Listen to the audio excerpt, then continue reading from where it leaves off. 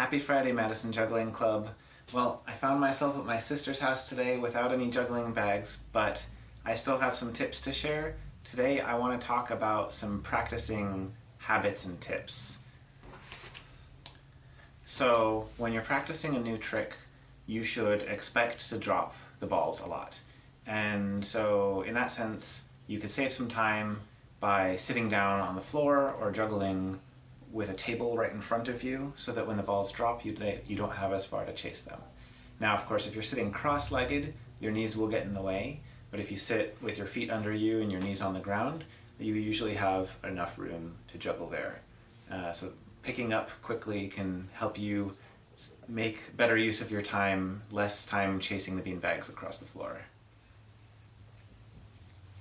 The other thing I would recommend is don't just focus on one trick in a practice session.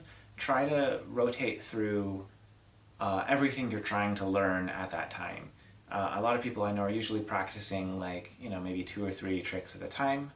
I know we've been over several tricks already. You got your basic cascade, reverse cascade, you've got juggler's tennis and the half shower, and then you can also work on 2 in 1 hand. So warm up, work on the cascade, maybe try working on some throwing one over, the whole reverse cascade, and just sort of shift through the pattern so you don't get too frustrated with one and you don't forget to practice any of them. Another thing you can do, and this will come in more handy later on, is if you drop one ball and you're still holding on to 2, well, that's a good time to practice 2 in 1 hand.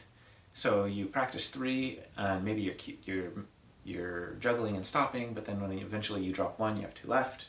Now you can practice the 2.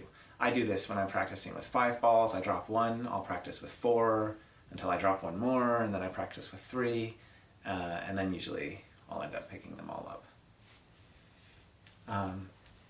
Another thing to try to do is stop on purpose. Don't just go as far as you can.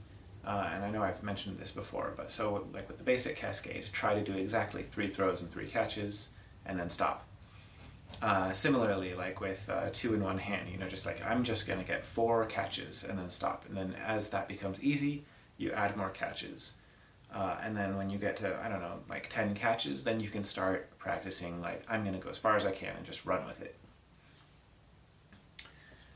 If you are practicing very hard and you're trying over and over again, you become very frustrated, remember to take a minute, breathe, close your eyes, roll out your shoulders, deep breath, and just, start over. Don't let yourself get frustrated. And be patient, because it will be frustrating. I know a lot of tricks that I learned took me a really long time to master. I still have tricks that I've been working on for at least a couple years that I haven't gotten the hang of. And for me, I probably don't put enough hours into practice, but eventually I'll get good at them. But I don't get really upset in one practice session just because I didn't master it that day. Some days are better than others.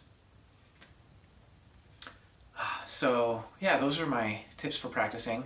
I saw some videos Mr. Millison sent of your juggling. It looks very good. In general, keep it relaxed. I saw some catches that were too high. You want to give the balls time to come down to here. And just keep it nice and relaxed, and I think it's coming along great. So keep up the practice. I hope these practice tips help you, and I'll see you next week.